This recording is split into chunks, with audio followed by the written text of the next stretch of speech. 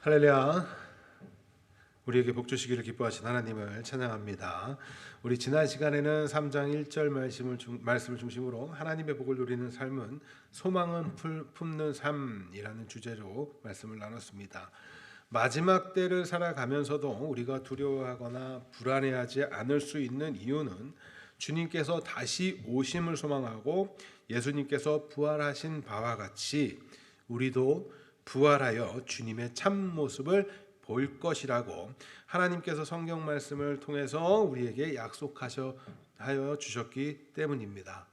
성도에게 있어서 소망은 우리의 주 되신 예수님께서 다시 오심에 대한 소망, 다시 오심으로써 가시적으로 우리가 눈에 볼 수 있다는 거죠. 가시적으로 완성될 하나님의 나라에 대한 소망입니다.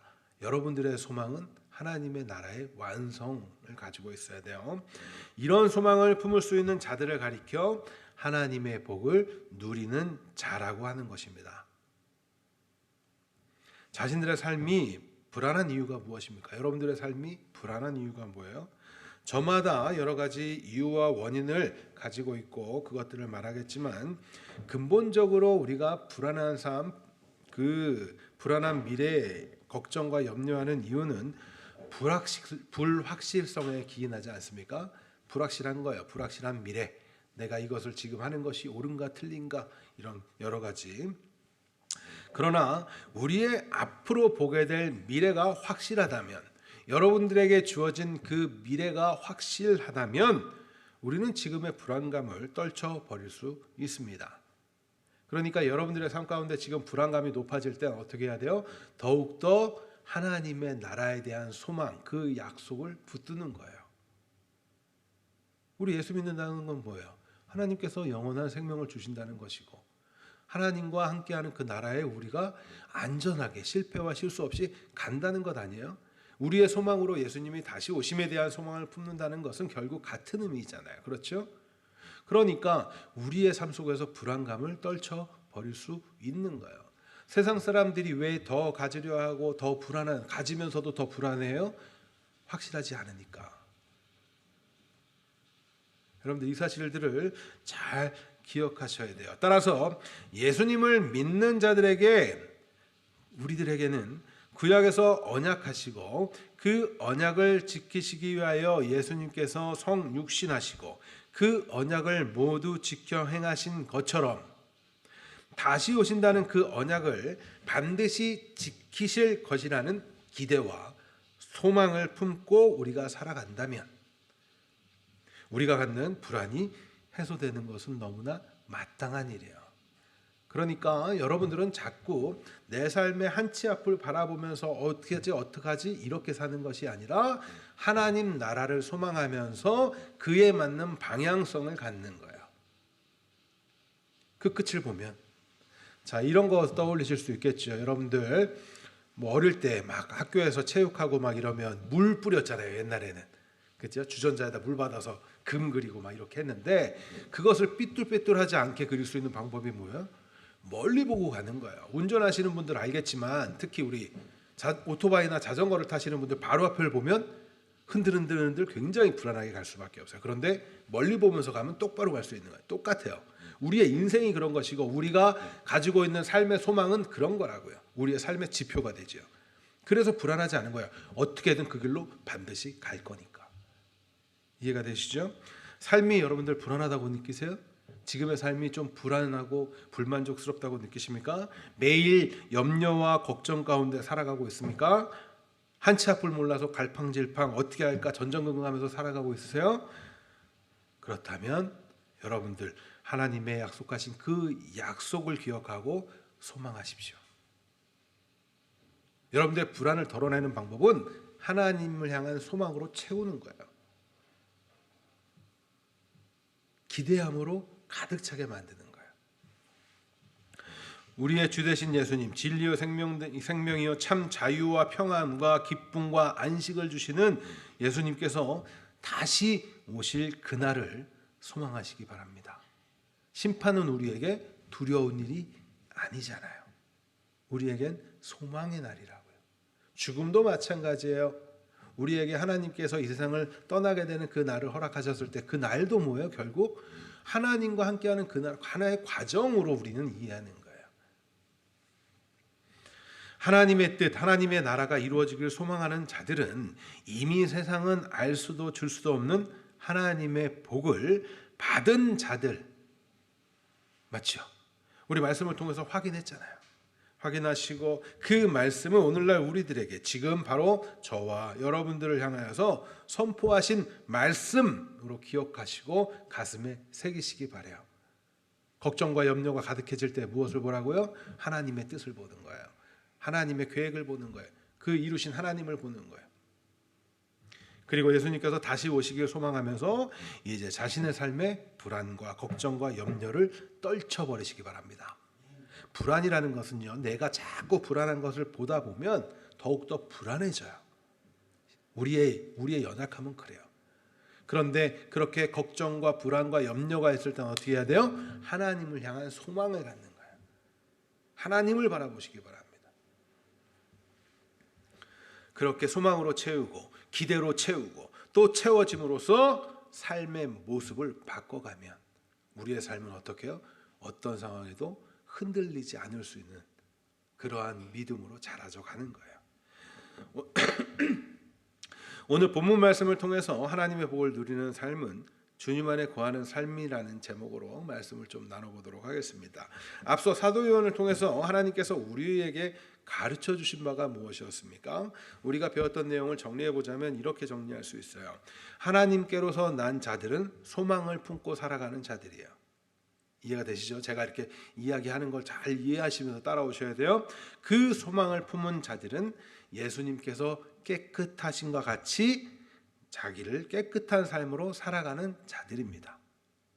따라서 예수님을 통해서 하나님의 자녀가 되었다고 믿는 자들이라면 더 이상 범죄하지 말고 의를 행해야 하는 것, 의를 행하라 라는 메시지가 우리가 살펴봤던 내용 중에 있어요.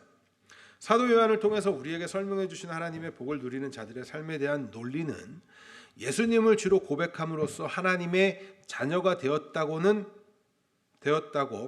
말하지만 만약 삶 속에서 죄를 짓는 삶을 우리가 반복해서 살아간다라는 것은 하나님께 속한 것이 아니라 뭐에 속한 거예요? 마귀에게 속했다라는 것을 이야기해요. 성경은. 따라서 우리가 하나님의 자녀가 맞다면 우리는 어디에 속해야 돼요? 죄가 아닌 어디에 속해야 돼요? 의에 속해야 되죠. 의를 행하는 삶으로 살아가야 한다라고 선포하고 있습니다. 그런데 여러분들 이런 말씀을 들으면 조금 불편하고 불안해지지 않습니까? 왜 불편하고 불안할까요? 다른 사람들에게는 발각되지 않은 나의 은밀한 죄들이 우리들에게는 사실 있잖아요. 저도 마찬가지고 여러분들 모두 다 마찬가지예요. 여전히 자신의 모습 속에서 꿈틀거리고 있는 그 죄 가운데 있는 모습들, 그것들을 사실 부정할 수가 없잖아요. 모든 사람들은 여전히도 매일매일 죄를 짓고 또 앞으로는 나는 죄를 짓지 않을 거야 라고 장담할 수 있는 사람이 아무도 없지요. 우린 분명히 오늘 기도하면서 예배드리면서 회개를 하고 그러면서 돌아서서 또 범죄하고 이런 모습들이 우리들에게 계속 나타나잖아요. 그렇죠? 그런 우리들에게 의 가운데 거해야 한다. 죄 지으면 너희는 쉽게 말하면 마귀 새끼야. 마귀의 자녀라는 말이에요. 마귀를 새끼라고 욕하는 그게 그 표현이 아니고 마귀의 자녀. 이렇게 얘기하잖아요. 그러면 여러분들 질문합니다. 여러분들 하나님께 속한 자들입니까? 아니면 마귀에게 속한 자들입니까? 불편하죠. 이런 질문을 받으면 불편해요. 나의 죄성을 보면 불편해요. 여전히 나는 죄 가운데 있다는 걸 보면서 불편해요. 어떠세요? 우리가 이런 의구심이 들 때 다시 떠올려야 할 개념들이 있어요. 그게 바로 회개에 대한 개념이에요. 회개. 제가 회개가 뭐라고 그랬지요? 매일매일 와서 하나님 나 잘못했어요. 이거라 그랬어요? 그것이 아니라 우리가 가던 방향에서 돌이켜서 살아가는 모든 그 삶을 회개라고 하는 거예요. 그러니까 예수 믿는 자들은 그 삶 자체가 뭐예요? 회개자의 삶을 사는 거예요. 돌이켜가는 삶이니까. 단순히 죄를 실토하는 것이 아니에요. 회개 역시 삶으로 나타나는 거예요.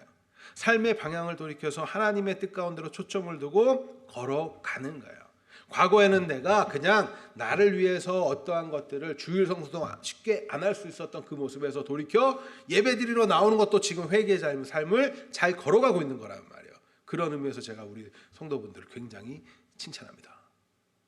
그것도 굉장히 그런 인식을 가지고 그런데 해야 돼요. 아시겠죠? 자꾸 인식하셔야 돼요. 삶의 방향. 이러한 삶을 살아가면서 우리는 지금 훈련하고 있기 때문에 훈련의 과정 속에서는 넘어질 수 있죠.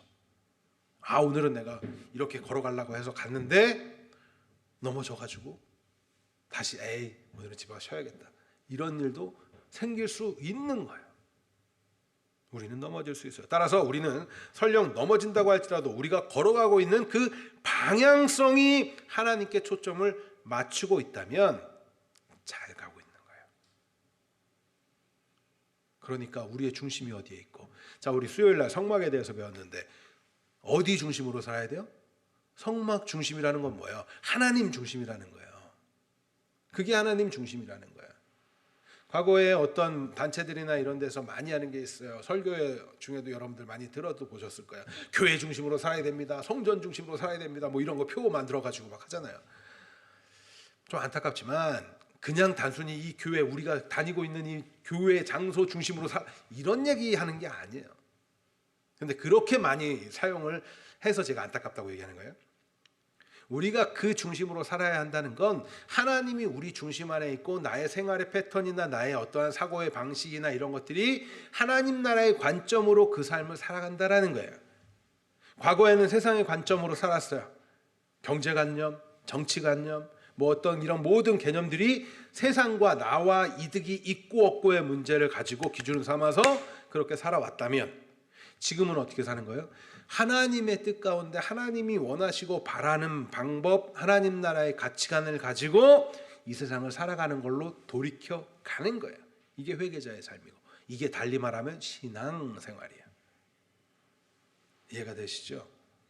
여러분들 신앙생활은 단순히 제가 누누이 말씀드리지만 종교행위를 많이 하는 게 아니에요. 종교행위는 우리 신앙생활의 한 요소이고 도움이 되는 것이고 반드시 해야 되는 것이긴 해요. 그렇죠? 우리가 예수 믿는 사람이 예배 안 드릴 수 있습니까? 예배 드려야죠. 하나님과 만나는 이 좋은 기회. 그런데 예배는 열심히 드리고 삶은 엉망이야. 반대로 삶은 열심히 하면서 종교행위는 안 해. 두 개 다 문제가 있는 거예요. 그러나 모르고 하는 것도 문제가 있는 거예요. 그래서 하나하나를 다 우리가 왜 모여서 예배 드려야 하지? 내가 왜 기도하지? 찬양은 뭐지? 이런 것들도 다 기초적으로 다 배우셔야 돼요. 여러분들 이런 거 모르신다고 부끄러워하시면 안 됩니다. 왜요? 사실 모르고 한 사람들이 더 많거든요. 선배 신앙인들이 해온 대로 교회에서 하라니까 그냥 따라서. 저도 어렸을 때 그랬어요. 아멘 왜 하는지 모르지만 옆에서 막 기도하면 어른들이 중간중간 대표기도 나와서 누구 하면 아멘 하길래 옆에서 한번 이렇게 보다가 저 왜 하지? 그러다가 나도 따라해야지. 아멘. 딱 타이밍도 이제 알겠어. 하다 보니까 이때는 아멘, 이때는 주여, 이때는 아버지. 알겠는 거예요. 그러신 분들 굉장히 많아요. 지금도 아멘 왜 하는지도 몰라. 그러다 보니까 아멘 안 해야 될 때도 아멘을 해. 농담 따먹게 하는데 강대상에서 농담하는데도 아멘 그러고. 여러분들 그거 진지하셔야 돼요. 신앙생활은 농담으로 장난으로 하는 게 아니에요. 물론 즐거움이 넘쳐서 기쁨과 웃음 있을 수 있죠. 진지하시란 말이에요. 그래서 우리의 방향성이 중요한 거예요. 너무나 힘든데도 불구하고 내가 하나님께로 나아가고자 하는 그 애씀, 하나님 그걸 기뻐 보시는 거예요. 치열하게 나의 삶 속에서 지금 하고 있는 것. 얼마나 하나님 기쁘시겠어요.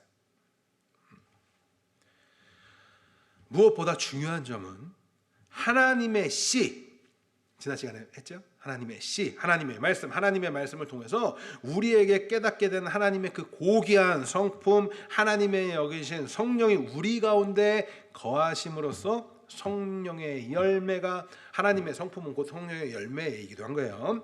나타나도록 인도하시기 때문에 때때로 넘어질지라도 다시금 하나님의 뜻하시는 바에 맞춰서 걸어가고 있다면 우리는 하나님의 자녀가 맞는 거예요. 그러니까 여러분들, 내가 좀 넘어졌다고 해서 죄 가운데 또 범죄했다고 해서 너무 낙심하고 좌절하지 마시라는 거예요. 우리는 그럴 수밖에 없는 존재예요. 그렇다면, 그럴 수밖에 없는 존재라면 우리에게 필요한 건 뭘까요? 우리에게 필요한 건 뭘까요? 날마다 주를 바라보는 거예요. 날마다 예수를 붙드는 거예요. 그래서 기도하시는 거예요, 여러분들. 이해가 되시나요? 이 땅에서는 완전한 성화를 우리는 이룰 수 없어요. 우리는 끝까지, 죽는 그 순간까지 훈련하고 가는 거예요. 그때 알아가야 하는 건 뭐예요? 예수님이 아니면 안 돼요. 주님이 없이는 나는 안 되는 존재였네요.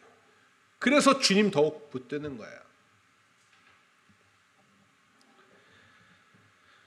그러나 만약 하나님의 뜻대로 행하고자 하는 그 의지조차 없다면 그건 심각한 문제예요. 아직은 은혜를 받지 못한 상태라고 생각해도 되겠죠. 이렇게 하나님의 자녀들, 우리를 주를 향한 그 소망을 품은 자들은 죄가 아닌 의를 행하고자 방향을 변화시키게 되어 있어요. 예수님께서 깨끗하신 바와 같이 자기를 깨끗하게 하기 위하여 헌신하게 되어 있어요. 그런데 이런 생각이 들지요. 죄가 뭔 줄 알아야 내가 바꿀 거 아니에요. 그렇죠? 그냥 어렸을 때부터 이렇게 자라왔더니 다들 누군가가 잘한대. 그러면 그것이 문제가 있다는 걸 알아요, 몰라요? 몰라요. 그렇기 때문에 설교를 들으면 찔려야 되고 죄를 깨달아야 돼요. 성령은 그래서 죄를 깨닫게 하시는 거예요. 나의 삶 속에서 나의 살아온 패턴, 방법들 점검하게 하시는 거예요. 그러려면 뭐 해야 돼요? 너 그거 문제 있던 거야 라는 걸 먼저 알아야 될 거 아니에요. 그래서 여러분들 불편할 거 알지만 제가 끊임없이 뭔가를 외치고 그건 잘못됐습니다라고도 말하고 하는 거예요. 그리고 여러분들의 삶에 돌아갔을 때 불편한 이유가 왜 그래요? 그 말씀을 하나님 기억나게 하시니까 아까 우리 영희 집사님 기도하실 때도 성령의 그 소리를 내가 쉽게 말하면 무시한 거 그거 용서해 주세요. 이런 기도하셨잖아요. 생각나게 하신단 말이에요. 설교를 생각나게 하시든 말씀을 생각나게 하시든 하나님이 주시는 그 감동으로 깨닫게 하신다고요. 그래서 불편해요. 예수 믿기 시작하면. 왜? 이전에 내 모습이 다 잘못됐거든.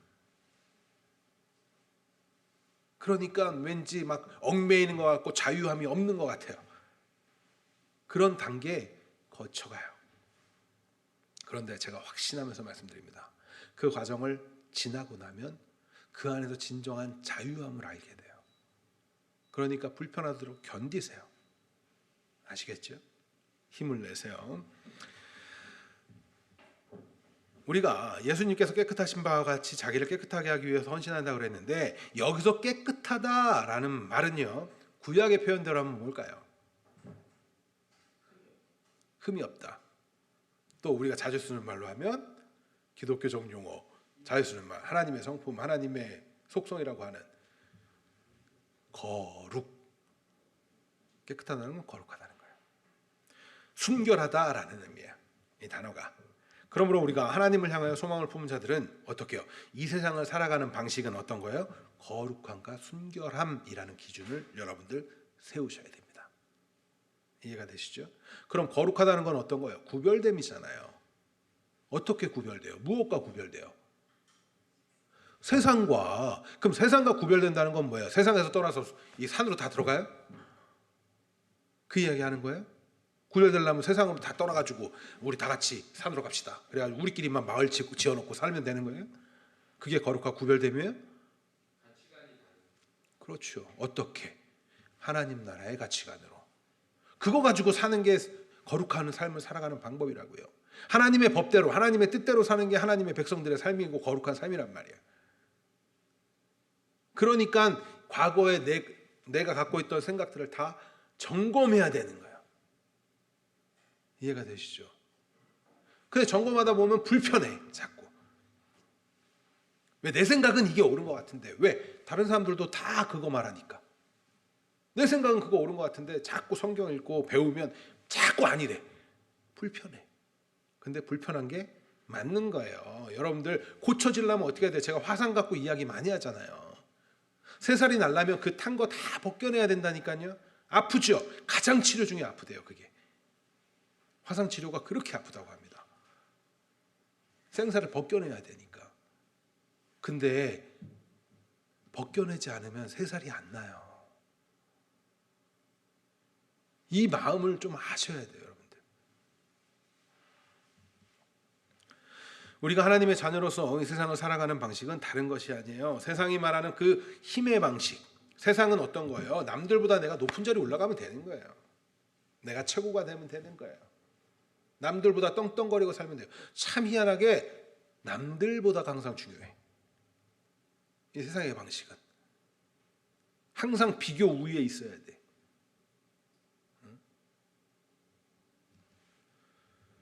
그 방식으로 살아가는 게 아니에요. 하나님의 자녀들은 뭘로요? 깨끗함과, 따라합니다. 깨끗함과, 크게 하세요. 깨끗함과 거룩함과 순결함, 이걸로 살아가는 거예요.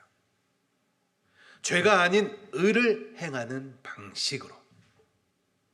뭐를 행하는 방식? 의를 행하는 방식.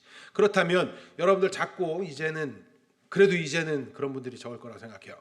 의라고 하면 정의롭고 막 정의의 사도 이렇게 생각 안 하시죠? 의는 뭐라고 그랬어요? 하나님의 법을 지켜 행하는 게 의라고 그랬잖아요. 하나님의 뜻에 합당한 삶이 의라고 그랬잖아요. 그렇죠? 그러니까 우리는 여기서 죄가 아닌 의의 방식으로 삽니다 라고 할 땐 뭘 떠올려야 돼요? 하나님의 뜻 가운데 행하는 삶을 떠올려야 돼요. 그냥 정의롭고 정의의 사도 이렇게 생각하시면 안 됩니다. 그 방식으로 사는 거예요. 이것이 지금 3장을 통해서 우리에게 교훈하고 있는 바입니다. 그런데 10절 말씀을 보면 하나님의 자녀들과 마귀의 자녀들을 구별하면서 이렇게 표현하죠. 의를 행하지 아니하는 자나 또는 그 형제를 사랑하지 않는 자. 10절 말씀 한번 볼까요?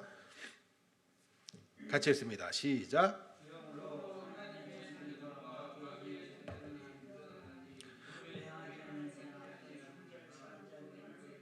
하나님께 속하지.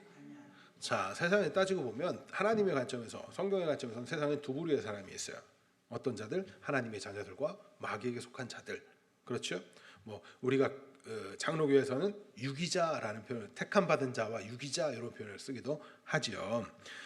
이때 하나님께 속하였는가 아니면 마귀에게 속하였는가에 대한 시금석. 시금석은 뭐예요? 이게 진짜 금인지 아닌지를 판가름할 수 있는 그 돌이죠. 그것은 의와 사랑이라고 지금 이야기하고 있는 거예요. 그런데 이 의와 사랑에 대해서 이해할 때 여러분들 이거는 통합적 사고가 좀 필요해요. 왜 그럴까요? 하나님의 뜻을 행하는 것을 뭐라고 그런다 그랬어요?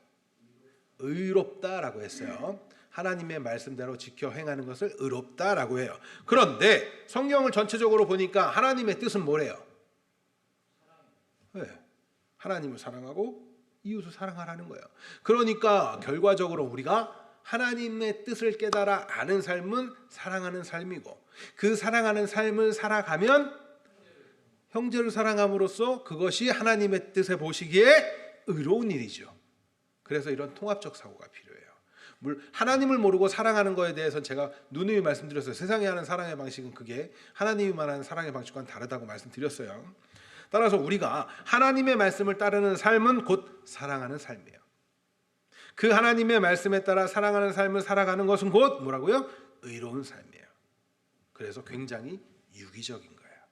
통합적 사고를 하실 필요가 있는 거예요.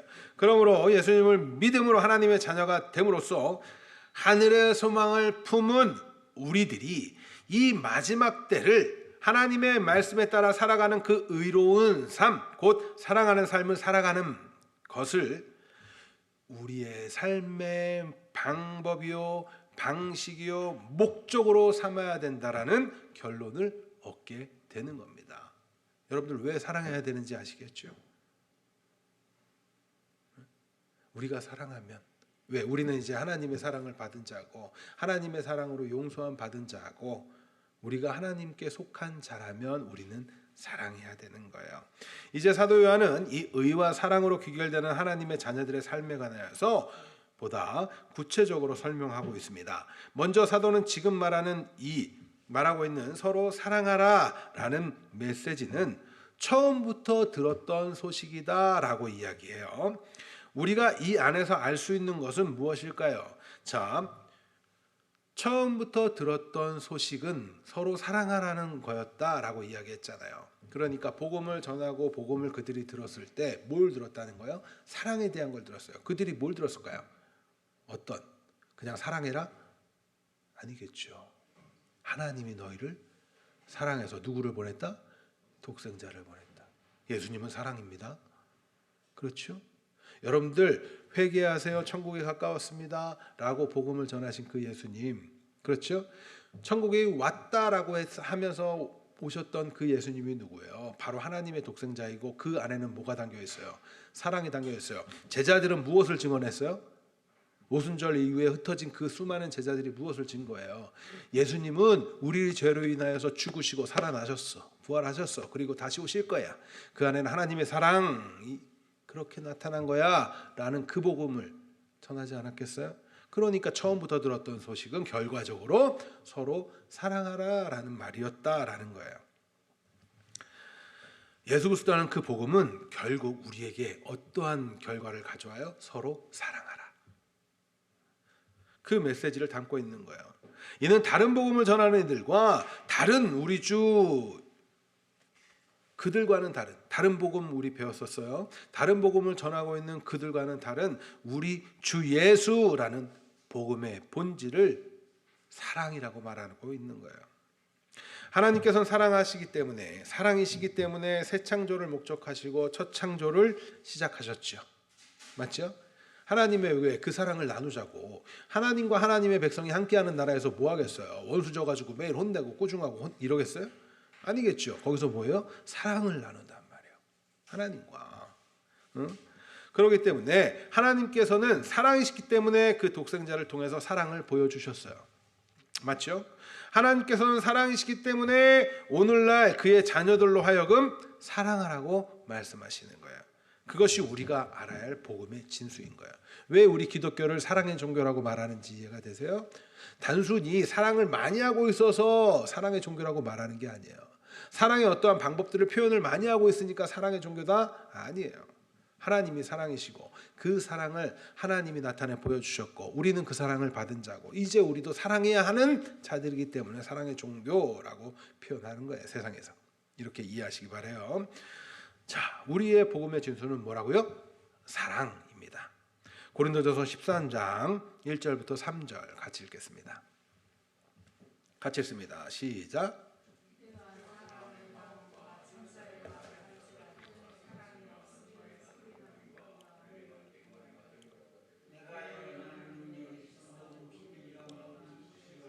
산을 옮길 만한 모든 믿음이 있을지라도 사랑이 없으면 내가 아무것도 아니요 내가 내게 있는 모든 것으로 구제하고 또 내 몸을 불살게 내줄지라도 사랑이 없으면 내게 아무 유익이 없느니라. 지금 이거 누구를 통해서 지금 기록하신 말씀이에요? 고린도전서니까 사도 바울이지요. 사도 바울은 이 모든 일을 했어요. 그런데 그가 사랑이 없었다면 이거 아무것도 아니야. 사랑이 없으면 내게 아무런 유익이 없어. 사랑을 이렇게 강조하고 있는 거예요. 하나님의 사람들은 이렇게 사랑의 복음을 받은 자입니다. 여러분들 예수를 믿게 되었다는 건 여러분 하나님의 놀라운 사랑을 받았다는 거예요. 그런데 뭐가 그렇게 자꾸 부족할까요? 하나님의 사랑을 받은 자, 우리가 예수님을 주로 고백하게 되는 거, 그 큰 사랑을 받은 거예요. 세상과 비교할 수 없는 사랑을 받은 거예요. 독생자를 내어주신 그 사랑보다 더 큰 사랑이 무엇이 있을까요? 저는 가끔 이런 생각을 해요. 하나님의 가장 큰 사랑의 표현이 왜 예수님을 보내신 걸까? 하나님 성부가 십자가를 지시면 안 되는 거야? 이런 생각을 해본 적이 있어요. 그런데 그게 뭘까요? 우리 부모님들 아시잖아요. 우리 아까 권사님하고도 얘기했는데 아들에 대한 그 마음이 아직도 있어. 아들이 지금 얼마 안 있으면 한갑이 다 돼갈 텐데 막 이러면 그런데도 그렇지요. 나는 괜찮아. 그런데 내 자식이 아픈 건 안 돼. 우리 세상을 살아가면서 가장 큰 사랑이라고 표현하는 게 부모가 자녀를 사랑하는 마음이에요. 그지요? 근데 그게 누구를 닮았어요? 하나님을 닮은 거예요, 여러분들. 하나님은 우리가 느낄 수 있는 가장 큰 사랑으로 그거 나타내 보여주신 거 아니겠어요? 하나님 얼마나 가슴이 아프셨을까요? 한번 생각해 보자. 독생자를 내어줄 때, 아들이 고통받을 때. 그렇지 않아요, 여러분들? 그 사랑 표현해 주시는 거예요. 그 사랑이 얼마나 큽니까? 얼마나 여러분들 큰 복을 받으신 분이에요. 그런데 왜 그 복은 자꾸 잊어버리고 자꾸 다른 복 채워달라는 거예요? 왜 자꾸 다른 걸 채워달라는 거예요? 그 복이 그렇게 가치가 없어요? 하나님이 주신 그 사랑이 너무 가치가 없나요? 여러분들 그렇게 느끼세요? 뭔가 부족하고 더 채워져야 된다고 생각하세요? 제가 말씀드렸지요. 이단들의 특징이 뭔가 예수 말고 더 채워져야 된다고 얘기한다고. 예수 말고 뭔가 더 채워져야 돼요. 아니면 예수 말고 다른 게 있어야 돼요. 그래, 예수 믿는 거 좋아. 그런데 뭐 자꾸 다른 걸 구하세요. 이렇게 얘기하는 거 문제가 있는 거라고 이야기하지 않았어요? 여러분들 예수님만으로 만족하는 거, 그거를 자꾸 떠올려 보세요. 하나님의 그 크신 사랑을 자꾸 떠올려 보세요. 여러분들이 자꾸 무언가를 바라고 원할 때 그 하나님의 사랑을 한 번만이라도 생각해 보세요.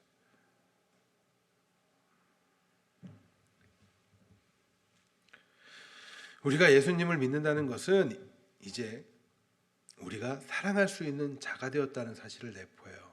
왜? 사랑은요, 사랑받은 자들이 할 수 있어요. 사랑을 알아야 사랑할 수 있다고요. 우리 안에 하나님의 씨가 심겨져 있기 때문에 예수를 믿게 되었다는 것. 우리 안에 씨가 심겨져 있기 때문에 하나님의 뜻대로 살고자 하면서, 그죠? 하나님의 말씀대로 살고자 하면서 하나님의 성품인 사랑을 나타내려고 하고 또 의에 따라 살아가고자 하기 때문에 거룩을 추구하는 삶으로 변화하기 때문에 우리는 사랑을 해야만 하고 할 수밖에 없는 자들이 되는 거예요.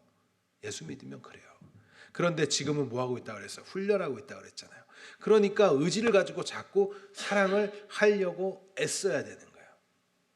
제가 왜 우리가 하는 사랑은 의지를 가지고 하는 사랑입니다 라는 표현 자주 쓰는 거 기억하시죠?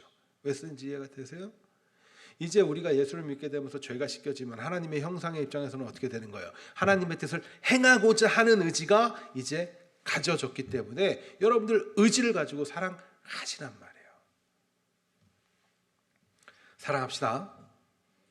사랑만 해주세요. 제발 나 복 좀 주세요. 이거 그만하시고 사랑합시다. 사랑하기 위해서 하나님 나에게 사랑을 더 채워주세요 라고는 기도하세요. 그저 자신의 기호에 맞아서 좋아하는 것, 그런 것이 아니라 의지를 가지고 사랑하는 거예요. 의지를 가지고 사랑한다는 건 내 마음에 들지 않아도 사랑하는 거예요. 그래서 우리 주변엔 그렇게 내 마음에 들지 않은 사람이 많은 거예요. 여러분들 주변에 다 마음에 드는 사람들만 있던가요? 아니죠. 솔직히 다 마음에 안 들잖아요. 냉정하게. 자식은 자식대로 내 마음에 안 들고, 부모는 부모대로 내 마음에 안 들고, 와이프는, 처나 남편은 다 솔직히 다 따지고 보면 그거 왜 그래요? 사랑할 기회인 거예요. 제가 우리 영희 집사님한테 아까 우리 집사님 그러셨어요. 내 주변에는 왜 이렇게 일하면서 만나는 사람들은 다 믿는 사람들이 하나도 없을까요? 그리스도의 사랑을 나타내라고. 얼마나 좋은 기회예요. 얼마나 좋은 기회예요. 내 자식이 속을 썩여요?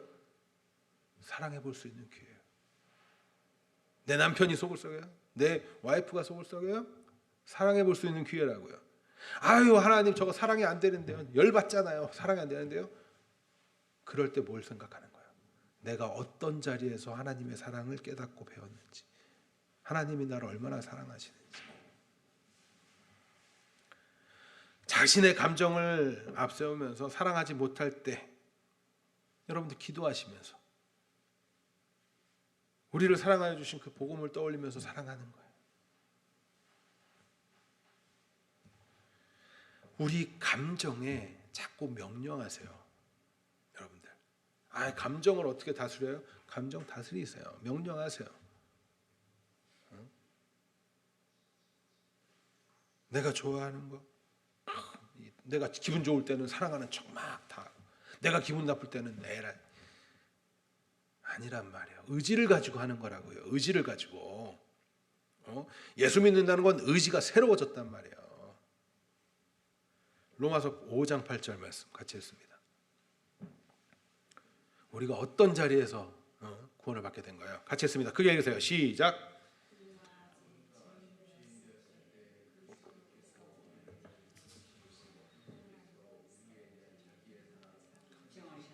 다시 한번 크게 읽습니다. 크게 읽으세요. 여러분들 크게 읽으세요. 시작.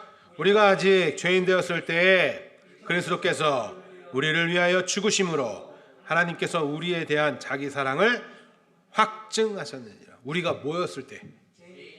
아직 죄인이었을 때는. 우리가 잘나서 사랑받은 거 아니에요, 여러분들. 여러분들은 사랑받을 자격이 있어서 사랑받은 줄 아세요? 아니란 말이에요.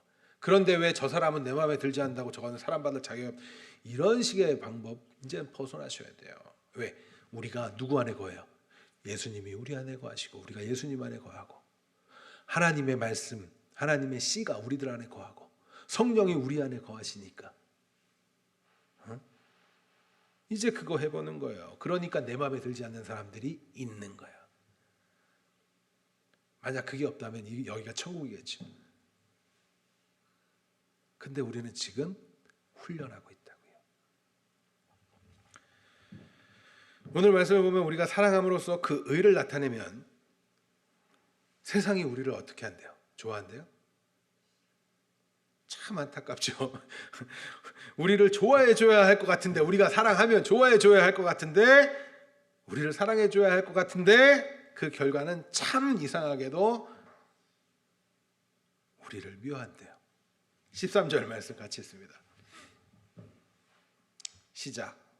형제들아, 세상이 너희를 미워하여도 이상히 여기지 말라. 그렇죠? 세상이 우리를 미워한대요. 분명히 말하고 있어요. 우리 일반적으로 이런 생각을 하잖아요. 우리가 남에게 선행을 베풀면 그 사람도 나에게 선행을 베풀고 내가 베푼 건 여기가 아니어도 딴 데를 통해서 돌아오고 뭐 이런 거 생각하잖아요. 그렇죠? 그거 왜 그래요? 왜 그런 심리가 있을까요? 우리는 누구나 보상 심리를 가지고 있어요. 내가 뭔가를 한 거에 대해 보상을 받고 싶어요. 그런데 이 보상 심리라고 하는 것이 사실은 순수하지 않음일 수 있어요.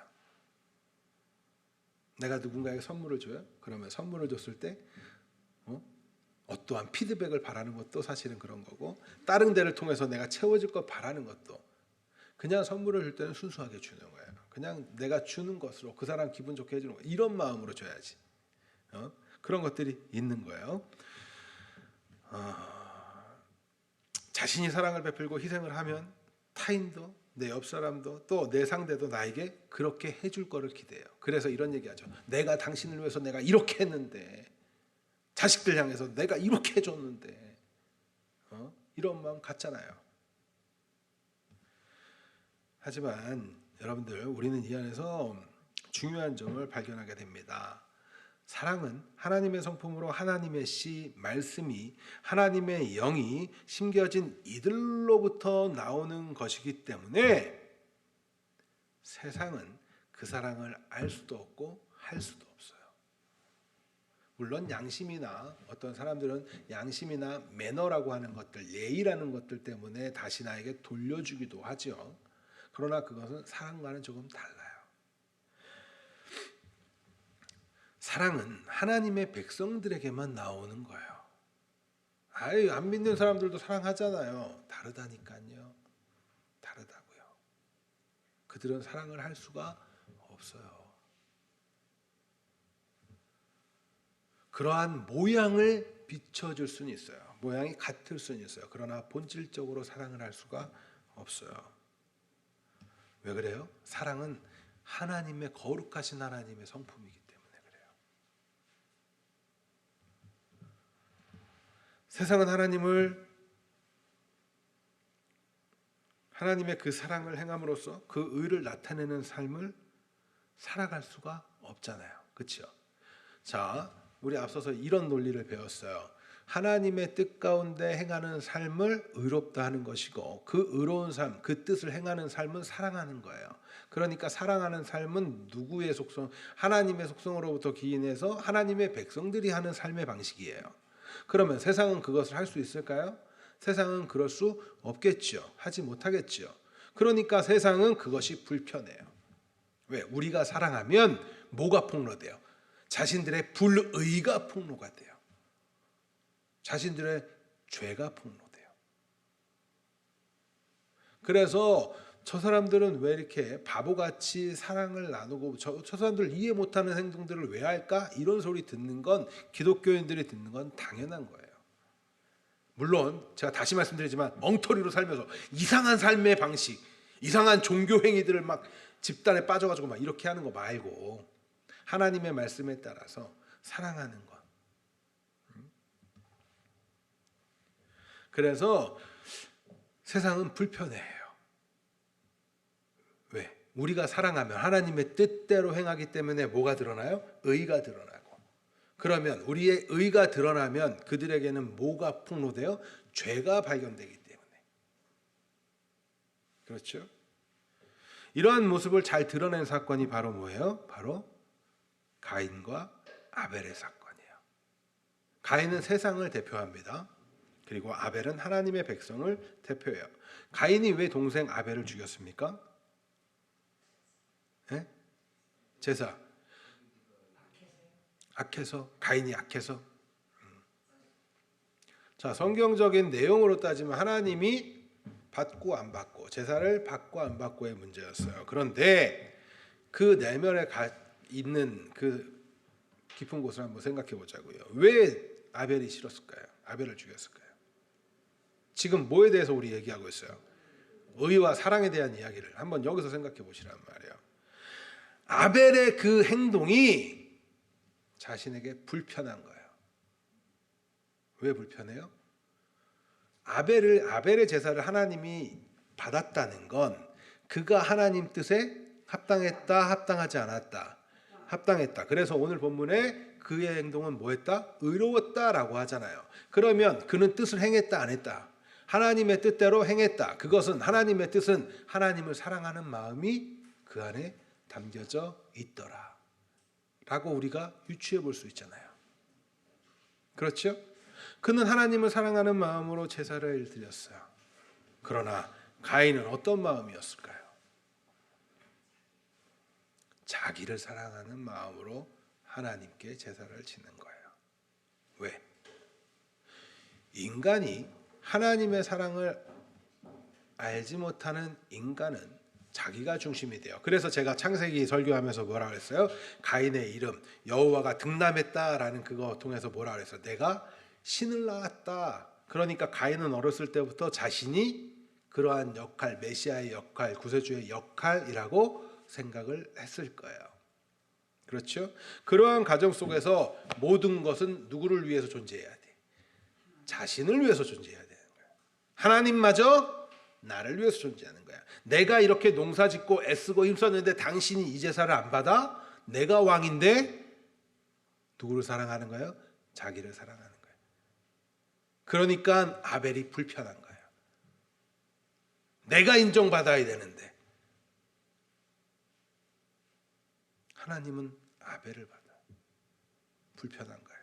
그게 세상이에요. 그러니까 하나님을 사랑하는 마음으로 아벨이 있으면 세상인 가인은 불편한 거예요.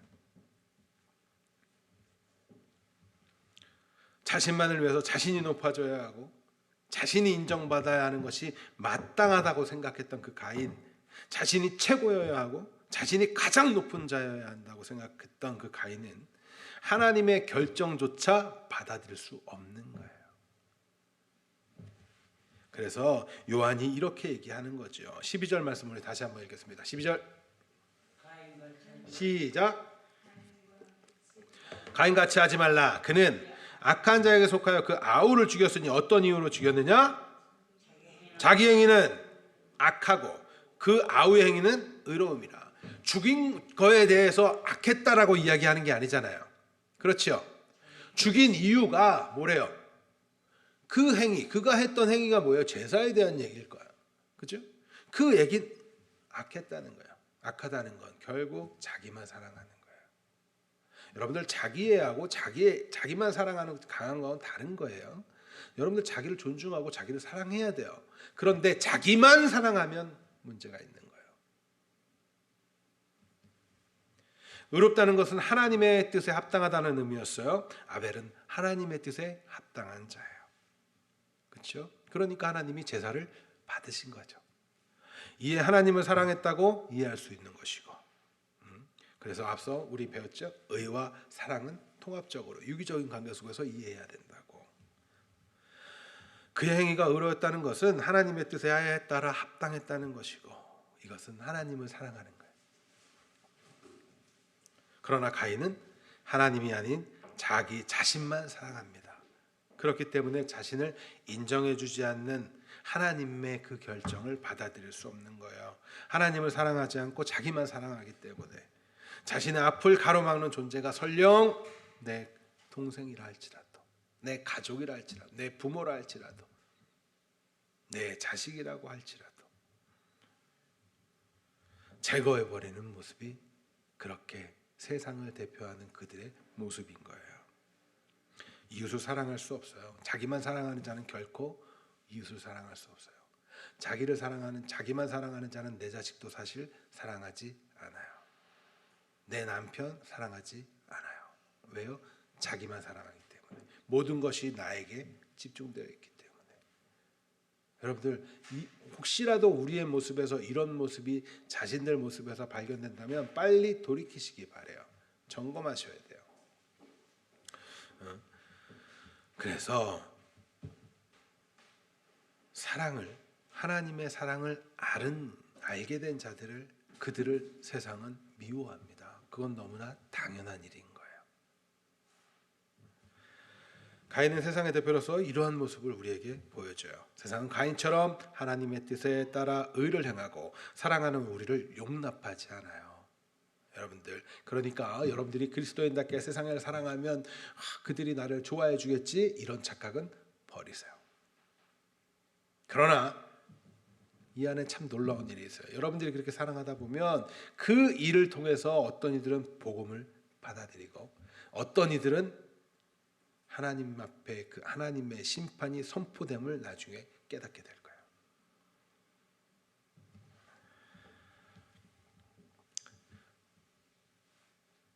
세상은 가인처럼 하나님의 뜻에 따라 의를 행하고 사랑하는 우리를 용납하지 않습니다. 미워하고 시기하고 질투해요. 그러나 여러분, 우리는 설령 세상이 우리를 미워한다고 해서 이상히 여겨서는 안 돼요. 또 세상의 방식으로 그들과 싸우려고 해서도 안 돼요. 그렇다면 우리는 어떻게 해야 될까요? 그들이 우리를 미워할 때 우리는 어떻게 할까요? 바로 아벨처럼 죽임 당하는 거예요. 싫지요? 싫죠. 죽임 당해야 된다니까. 예수님처럼 그런데 맞아주고 당해주면서 더 큰 사랑을 나타내 보이는 거예요. 그래서 제가 종종 예수님을 믿는 것은 힘든 일입니다 라고 이야기하잖아요. 그러기 위해선 자꾸 뭘 해야 돼요? 나를 죽여야 돼요. 자기만 사랑했던 나를 죽여야 돼요. 그래서 여러분들 이런 훈련을 해보세요.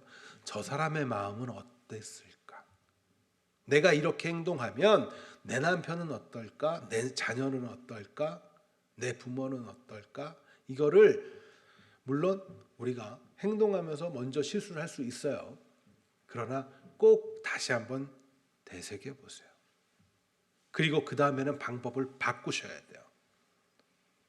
방법을 바꿔보시는 거예요. 15절부터 16절 같이 읽겠습니다. 그 형제를 시작. 그 형제를 미워하는 자마다 살인하는 자니 살인하는 자마다 영생이 그 속에 거하지 아니하는 것을 너희가 아는 바라. 그가 우리를 위하여 목숨을 버리셨으니 우리가 이로써 사랑을 알고 우리도 형제들을 위하여 목숨을 버리는 것이 마땅하니라. 그렇죠. 우리가 목숨 버리는 게 마땅하대요, 여러분들. 당하는 게 마땅하다고요. 왜 내 마음을 몰라? 그러면서 성질내지 마시고. 예수님께서 힘이 없으셔서, 예수님께서 무능해서 십자가에 달리셨습니까, 여러분들? 아니에요. 예수님께서는 완전하신 하나님이시며 전지전능하신 하나님이에요. 그러한 그분께서 왜 맞아주고 당해주고 결국 십자가에서 죽임 당하셨는지 여러분들 생각해 보세요. 왜 그러셨어요? 왜? 누구를 위해서? 우리를 위해서. 따라해 볼까요? 우리를 위해서. 우리를 위해서. 예수님께서 우리를 위해서 맞아주고 당해주고 죽임당해 주셨어요. 그렇기 때문에 우리가 예수님 안에 거하는 자들이라고 한다면, 복음을 듣고 하나님의 방식대로 살아가기를 소망하는 자들이 맞다면, 이 마지막 때를 우리가 하나님의 백성답게 살아가는 그 훈련을 하고 있는 자들이 맞다면, 이제 우리가 해야 되는 건 뭐예요? 맞아주고 당해주고 목숨까지도 내어주는 그 삶으로 나아가는 것은 너무나 당연한 삶이에요. 지금 마지막 때를 살아가고 있는 우리는 주님 안에 거하고 있지요. 주님이 거한다는 건 우리가 주님의 성품을 닮아 나타내는 삶을 살아야 한다는 거잖아요. 그래서 우리 끊임없이 해야 돼요. 그런데 힘들다고요. 왜 힘들어요? 나의 자아를 죽여가야 되니까. 그래서 여러분들 기도하시는 거예요. 성령의 충만함을 자꾸 구하세요. 사랑하기 위해서 구하시란 말이에요. 너무 무섭지 않습니까? 형제를 미워하는 게 살인하는 거예요. 남편을 미워하고 아내를 미워하고 내 부모를 미워하고 내 자녀를 미워하고 우리 주변 동료들을 미워하는 것 자체가 살인하는 거예요.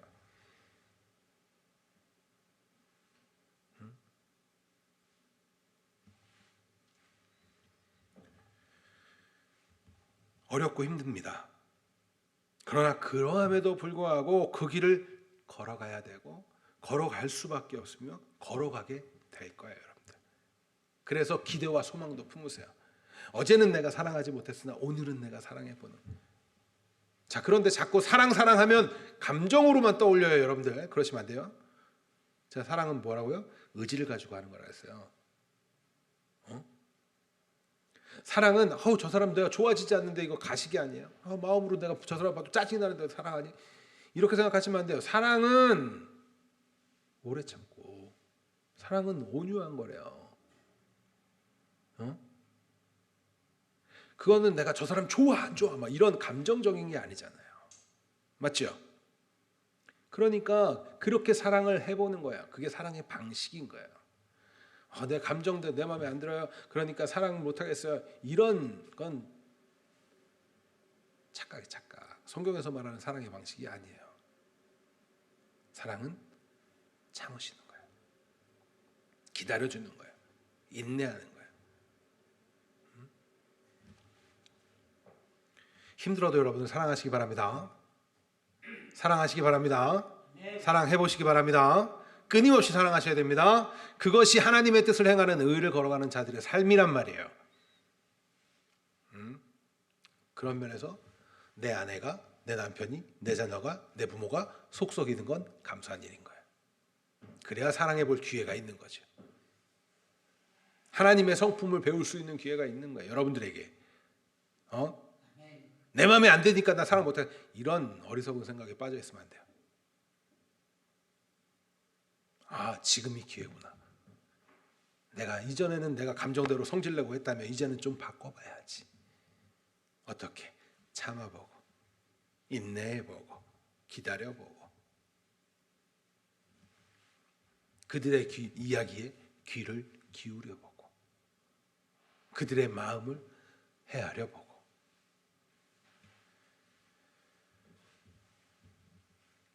그들에게 그리스도의 사랑을 전하기 위해서 사랑하시고 그들에게 마지막 때와 마지막 날이 있음을 선포하시기 위해서 여러분들 사랑하시기 바랍니다.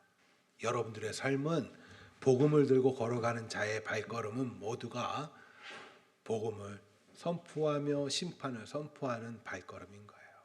그래서 제가 항상 말하죠. 여러분들 모두가 사명자고 사역자라고. 그렇다면 이제 우리가 생각해 봐야 할 점이 있습니다. 도대체 어떻게 사랑하는 게 좋을까? 어떻게 사랑할 걸까? 방법에 대해서 좀 더 생각해 보자는 거예요.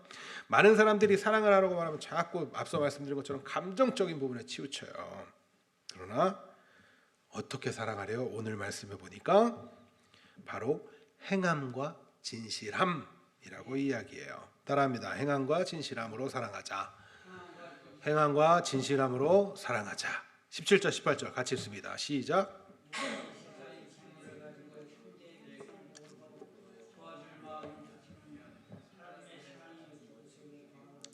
자녀들아, 우리가 말과 혀로만 사랑하지 말고 뭐 하라고요? 행함과 진실함으로 하자. 자, 사도 요한은 지금 행함과 진실함으로 사랑하라고 권면하면서 예를 들어서 설명하는 거예요. 그러니까 어떤 사람은 그러니까 이거 구제에 대한 이야기, 재물 가지고 공평한 도와주는 얘기 나왔으니까 그것만 해야 되는 것보다 이렇게 생각하시면 안 돼요. 지금 예를 들어 설명해 주는 거예요. 예를 들어서 형제의 궁핍함을 보고 행하라라고 말해요. 우리가 이웃을 사랑하기 위해서 먼저 그러면 해야 할 게 뭘까요? 먼저 자신만 보던 그 시선, 나에게 집중되어 있던 이 시선을 주변의 형제, 자매, 가족, 교회에 더 나아가서 사회에 이르기까지, 내가 관계 맺고 있는 사람들에 이르기까지 시선을 돌리는 거예요. 사람들 가끔 관계 속에서 문제를 겪는 사람들이 왜 그래요? 자기한테만 집중하고 있어서 그래요. 자기한테만 시선, 왜 내 마음을 몰라? 이러면 상처받는 거예요. 내 마음을 왜 몰라줘? 상처받는 거예요. 아니란 말이에요. 시선을 어디에 돌려요? 우리 옆 사람들에게, 형제에게, 내 아내에게, 내 남편에게, 내 자녀에게, 내 부모에게, 그들의 마음을 보는 거예요. 그래서 주위를 둘러보면서, 이때 본다라는 의미는 응시하다, 지켜보다라는 거예요. 관찰하는 거예요. 살피는 거예요. 너 때문에 속상해. 이거는 굉장히 자기 언어예요. 자기 언어. 자기만 하는 언어예요. 나 때문에 그 사람이 속상할 거 전혀 생각지도 않으면서. 자기 언어라고, 그거는. 이해가 되세요? 우리가 의를 행하는 사랑을 하기 위해서는 우리는 먼저 주의 깊게 관찰하고, 그때에 관찰하면서 생각하셔야 될 게 뭐예요? 내가 무엇을 도울까? 어떻게 도울까? 이거를 생각하시는 거예요. 어떻게 헤아릴까? 그 시각을 가지고 살피는 거예요. 훌륭한 코치들이나 선생님들을 여러분들 만나보셨을 거예요. 우리 배드민턴 치실 때도 코치 있으시잖아요. 선생님이 실력이 있고 없고는 어떻게 알 수 있어요? 가르치는 거. 어떤 점? 선생님이 훌륭한 코치라면 어떤 점을 잘 볼까요? 성실한지? 아니요. 그거보다 더 중요한 거. 애정? 실력은 없는데 사랑만 주고 막 라켓만 사다 주면 되나요? 그러니까 그 사람은 실력이 없는 거지. 뭐가 있어요? 학생의 수준을 정확하게 판단할 수 있는 눈이 있어야 되고, 무엇이 부족한지를 알 수 있는 눈이 있어야 돼요. 그러려면 자신이 실력이 있어야 돼요. 아시겠죠? 좋은 선생님은 어떤 거예요? 얘의 상태를 정확히 체크해야 돼요. 얘가 공부를 지금 영어는 요 정도 수준이구나. 그래서 얘한테는 어떻게 도와야 얘가 영어가 늘겠구나. 이거를 알 수 있는 선생이 좋은 선생이에요. 그 사람이 대학에 좋은 데 나왔어요, 안 나왔어요가 중요한 게 아니라 걔를 정확히 파악하고 걔한테 바로 안내해 주면서 이끌어 줄 수 있는 스승이 좋은 스승이라고요. 아시겠죠? 그러면 이러한 것처럼 여러분들도 옆 사람들에게 사랑의 스승이 되어 보시는 거예요. 사랑의 스승이. 얘한테 필요한 게, 남편에게 어떻게 도움을 줄 수 있지? 아내에게 내가 무엇을 도와줘야 이 사람이 보다 하나님의 사랑을 알고 그것을 행할 수 있는 길로 걸어갈 수 있지? 중요한 건 내가 막 뭔가를 주는 게 중요한 것보다 더 중요한 게 뭐예요? 이 사람이 어떻게 하면 하나님의 자녀답게 살아갈 수 있게 돕는 거잖아요. 맞습니까? 그게 우리가 믿는 자들이 하는 거잖아요. 사랑을 하면. 여러분들 사랑한다고 그러면서 복음을 안 전하는 거 이상한 거예요. 그건 사랑하지 않는 거죠. 맞죠? 내가 사랑하면 그 사람을 하나님 나라에 같이 가야 될 거 아니에요. 그러니까 그러한 관점으로 어떻게 하면 이 사람이 하나님의 백성답게 살아갈 수 있을지를 관찰하면서 그 사람에게 도움을 줘야 된단 말이에요. 그러한 눈을 가져야 돼요. 그러면서 관찰하는 거예요. 자녀에게, 남편에게, 아내에게, 우리 만나는 교회 공동체 안에서 끊임없이. 그래서 그 사람들에게 청종하고 듣기도 하고, 그 사람을 관찰하고 무엇을 도와줄까요? 그거를 살피고. 그래서 여러분들 끊임없이 주변을 잘 관찰하시기 바라요. 특히 여러분들 속해 있는 1차적인 가정, 그리고 교회 공동체, 또 사회에서 자꾸 관찰하시고 살피세요. 다음으로 우리가 기억해야 할 점은 보기만 해서는 안 돼요. 간혹 사람들은 보는 건 참 잘해요. 그리고 말로는 참 잘해요. 아이고 이거 어떻게. 그리고 나서 돌아서면 아무 생각이 없죠. 장단점도 잘 봐요. 그죠? 그런데 장단점을 보면서 여러분들이 해야 되는 건 내가 무엇을 실제 행동하는 것에 있어요. 무엇이 필요한지를 발견하기도 해요. 그런데 그 다음 스텝으로 나아가지 않는다면 그것은 아무런 도움이 되지 않아요. 그래서 이야기하죠. 궁핍함을 발견했다면 그들의 필요를 채우기 위해서 행동하라는 거예요. 행동하셔야 됩니다. 행동하시기 바래요. 행동하시기 바래요. 이때 우리가 신경 써야 할 점은 우리의 마음을 다스리는 일이에요. 때때로 어떠한 계산을 가지고 상대를 대해요. 그래서 아까 전에 말씀드렸죠. 보상심리 막 이런 것들. 계산을 가지고 내가 이렇게 했으니까 너는 나한테 이렇게 해줘야지. 이거는 그를 돕는 게 아니에요. 내가 받고 싶은 거지. 내가 요번 생일에 요거 선물해 줬으니까 다음에는 내가 빽달래야지. 거래가 아니라고 사랑은. 그래서 나에게 이것이 이렇게 하는 게 유익할까? 안 할까? 나한테 이득이 있을까? 없을까? 이런 계산을 하지 않아야 돼요.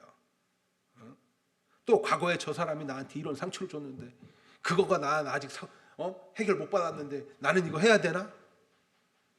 남편이 나한테 말 한마디 해가지고 기분 나빴는데 저 사람은 맨날 내 마음에 들지 않는 행동하는데 나는 해야 되나? 이런 생각하면 안 된다고요. 해야죠. 우리가 하나님의 자녀라면. 사랑하라는 거에는 어떤 조건이 붙지 않았어요. 하나님이. 그냥 사랑하라고 말했지 제가 너한테 잘해준 그들한테만 사랑해라? 조건이 붙었다면 이거예요. 원수를 사랑해라. 원수라고 생각하고 사랑하시기 바랍니다. 사랑해야 돼요. 우리는. 따지면서 대가를 바라면서 사랑하는 게 아닙니다. 보고만 있지 도우려 하지 않는 그 판단을 하기도 해요. 그래서 막 대가를 따지니까. 내가 얻을 거 따지니까. 이거 내가 이거 하면 내가 손해나는데? 이거 내가 주고 오면 나 오늘 굶어야 되는데? 이런 계산 따지고 있어요. 행동하지 못해요. 아니에요. 하나님의 말씀에 순종을 해보세요. 순종해 보시는 거예요. 그래서 이러한 마음이 들 때 우리는 보다 적극적으로 마음을 열고 어떠한 대가도 바라지 않고 자신에게 오는 이익 따지지 말고 보였다면 행동하셔야 돼요. 제가 이런 말씀 자꾸 드리잖아요. 여러분들 갖고 있는 하나님이 주신 달란트들을 자꾸 개발하세요. 당신은 이거 하면 좀 좋을 것 같아요. 이런 얘기도 막 하면서 그러잖아요. 그거 왜 하는 거예요? 그것들을 통해서 하나님 사랑하는 방법을 하라는 거예요. 여러분들에게 그러한 것들이 있는 그것 개발하는 이유가 뭐예요? 주기 위해서 하는 거라고 그랬잖아요. 공부도 왜요? 돈도 왜 벌래요? 남 주기 위해서 하라고요. 그게 사랑하는 방법이라고. 사랑하라는 거예요. 하나님께서는 분명하게 사도 요한을 통해서 우리에게 말씀하셨어요. 말과 혀로만 사랑하지 말고 어떻게 하라고요? 행함과 진실함으로 하라고. 따라합니다. 행함과 진실함. 오늘부터 하시기 바랍니다. 집에 돌아가셔서부터 하시기 바랍니다. 만나는 이들과 하시기 바라고, 일주일 내내 하시기 바라고, 다음 주에도 하시기 바라고, 한 달 내내 하시기 바라고, 1년 내내 하시기 바라고, 평생을 하시기 바랍니다. 넘어져요? 괜찮아요. 또 다시 해보는 거예요. 넘어져요? 또 해보는 거예요. 아시겠어요? 자꾸 하세요. 자꾸. 말과 혀로만 사랑하지 말고 행함과 진실함. 근데 이런 말씀을 보면서 여러분들 이거 느껴지잖아요. 하나님은 참 한결같으시구나. 그리고 참 방법도 단순하게 말씀해 주시는구나. 이런 생각 들잖아요. 왜 이런 생각이 드냐면 여러분들 보세요. 믿음은 믿습니다예요? 그거 아니라 행함이잖아요. 사랑도 행함이라고요. 참 심플해요, 하나님. 이거는 이때는 이렇게 하고 저 때는 저렇게 하고가 아니라 행하라는 거예요. 행하라는 거예요. 진실함. 이건 어떤 말일까요? 진실함. 진실함이라고 번역한 단어는 진리라는 단어로 번역한 말이에요. 진리. 다시 말하면 우리가 진리 안에서 사랑하라라는 말로도 이해할 수 있어요. 그러니까 진리는 뭐예요? 예수님이시잖아요. 성경의 말씀, 하나님의 말씀이 진리예요. 그러니까 우리는 말씀에 따라 하는 거고 그 마음이 진실됨으로 다가가도록 그래서 우리의 의지에도 명령하고 행하시는 거예요. 사랑이 안 될 때 여러분들 하셔야 될 거 성령의 충만함을 구하세요. 기도하시기 바랍니다. 기도하세요. 사랑이 안 되니까 기도하시는 거예요. 그리고 도우려고 하다 보니까 기도하시는 거예요. 여러분들이 그 일을 행하실 때 하나님의 나라는 확장되어지는 거고 그렇게 하나님의 나라가 확장되어질 때 우리는 그것들을 보면서 기뻐하는 자들이에요. 매일 나에게만 시선을 두면서 나에게 이것만 채워주세요. 이 문제만 해결해 주세요. 벗어나세요. 하나님이 그 일을 행하시기 위해서 여러분들에게 능력도 주시고 살아갈 수 있게도 해주시고 달란트도 주시는 거예요. 그거 행하지 않으면 뭐예요? 불성실한 성실하지 못한 종인 거죠. 주 안에 사랑하는 성도 여러분, 사랑합시다. 사랑하시기 바랍니다. 우리 옆 사람 보면서 한번 할까요? 원래 잘 안 하는데 사랑합니다. 사랑합시다. 끊임없이 사랑해 봅시다. 그리고 나서 교회가 모였을 때는 여러분들 사랑에 실패했던 얘기 내가 이렇게 해보려고 했더니 잘 안 됐어요. 같이 기도해 주세요. 우리 이 사람 내 자녀 사랑해 보려고 했는데 잘 안 됐어요. 같이 기도해 주세요. 내 며느리 사랑해 보려고 했는데 안 됐어요. 같이 기도해 주세요. 내 시어머니 사랑하려고 했는데 안 됐어요. 같이. 그게 건강한 교회예요. 그게 건강한 교회예요. 아시겠죠? 해봅시다. 해봅시다. 우리가 먼저 사랑해야 할 대상들 먼저는 우리 가장 가까운 곳에 있는 분들한테 그리고 사랑해 보는 거예요. 형제를 가족들을 자신이 속한 공동체 안에서 어떻게 도울까? 그래서 여러분들 잘 관찰하세요. 이분들한테는 이렇게 도움이 필요할까? 어떻게 도와줄까? 내가 근데 저 사람들 내가 무슨 힘이 있어서 도와줘요? 기도할 수 있잖아요. 그래서 중보기도가 중요한 거예요. 같이 뜻을 모아서 기도하면 다 이루어집니다. 이런 개념이 아니라 우리가 사랑할 수 있는 방법 하나님께 맡기는 거예요. 그래서 기도하는 거예요. 여러분들 가정에서도 기도하시죠? 하실 때 교회 성도분들 한 분 한 분 얼굴에서 한 번씩 떠올리시면서 기도하세요. 내가 맛있는 거 먹을 때 우리 교회 성도들 중에도 맛있는 거 잘 먹을 수 있게 해달라고 기도하시란 말이에요. 내 입만 들어가는 것만 생각하지 말고. 아시겠죠? 그렇게 시작하는 거예요. 관찰하시고 행하시고 행함과 진실함으로 나아간다면 그 공동체는 건강한 공동체가 되는 겁니다. 그때에 하나님께서는 우리에게 그 영광을 나눠주세요. 기뻐진다고요. 그 은혜가 가득한 한 주 되시길 간절히 소망합니다. 우리 기도하겠습니다.